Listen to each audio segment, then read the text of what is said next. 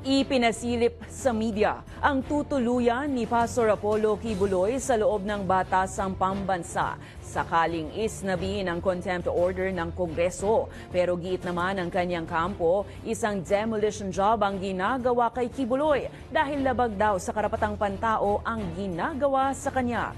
May balitang A to Z si Kim Salinas. Simpleng apat na sulok ng kwarto na tila apartment ang estilo. Ganyan ang eksena sa loob ng South Screening Facility sa loob ng Kongreso, ang lugar na tutuluyan ng leader ng Kingdom of Jesus Christ at self-proclaimed appointed Son of God, Apollo Kibuloy. Malayo sa napapabalitang marangyang buhay umano ng pastor. Pinasilip sa media ng pamunuan ng Legislative Security Bureau para sa detention facility ang pasilidad. Kung sakaling hindi tuluyang magpakita si Pastor Apollo Kibuloy sa 3 araw na ibinigay na palugit ng Kongreso, nakahanda na ang South Screening Facility na tutuluyan ng pastor sakaling ipatupad ang contempt order at binibigyan lamang ito ng visiting hours ng 9 a.m. hanggang 11 a.m. at 3 p.m. to 5 p.m. Monday to Friday. These rooms are air-conditioned, accessible to the relatives of the person in detention and to the media whenever necessary.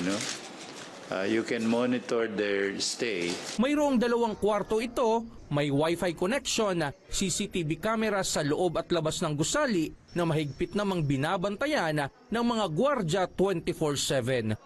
Tiniyak naman ng pamunuan ng Kongreso na ligtas ang sinuman na madedetine sa kanilang pasilidad. Composite po ito, security. Meron po tayong from the Legislative Security Bureau, meron po tayong Blue Guards, meron din po tayo from the PNP. Sagot naman daw ng House of Representatives ang pagkain ng pastor, maging sinumang napapatawan ng cite in contempt ng Kongreso. Their visitors can bring their food provided po nasa loob siya ng visiting hours. And then kung wala siya sa loob ng visiting hours, meron naman po tayo mga security personnel na pwede pong mag-order para sa kanya.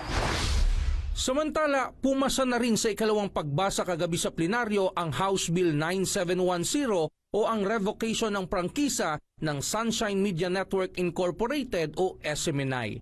Dahil na rin sa mga paglabag nito ukol sa disinformation at discrepancy sa kanilang mga dokumento. Inaasahan naman ang ikatlong pagbasa bago ang Holy Week break ng mga mambabatas. Hindi tugma yung sinabmit sa SEC at saka doon sa sinasubmit sa committee, yung mga sinabmit sa committee. At kung nagbago na ito ang SMNI ng kanilang pamunuan, dapat ay nire-report din ito sa House of Representatives na na-violate doon sa isang section. Pwede na itong aprubahan on third reading, depende sa leadership, by next week. Buwelta naman ng kampo ni Kibuloy, demolition job daw ang ginagawa sa panggigipit sa kanilang leader. Anila, isang palabas lang ang lahat ng ito. Sa tingin ko wala nang patutunguhan ito. Since day one, last year pa, prejudged, pre-concluded na ang mga tinatakbo ng committee di Kangaroo Court ni Tambunting. Iyan ay utos ng Speaker of the House na sila po ay gamitin para sa tinatawag na political persecution, demolition job, and paralysis operation against an independent media. Dinaan naman natin yan sa due process. Hindi naman yung pagkatao ni Pastor Kibuloy ang at stake dito, kundi yung kanyang yung SMNI at saka yung kanyang Kingdom of Jesus Christ na siyang sole corporation daw na namumuno dito sa SMNI.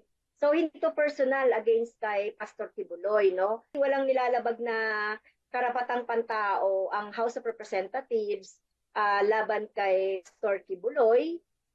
Kaya nga binibigyan namin siya ng pagkakataon, di ba? 3 beses na nga yan na pinatawag. Pero hindi pa rin siya pumupunta. Bukas, Biyernes, inaabangan na ng marami kung magpapakita na nga ba si Pastor Apollo Kibuloy sa Kongreso matapos ang 3 araw na palugit sa kanya.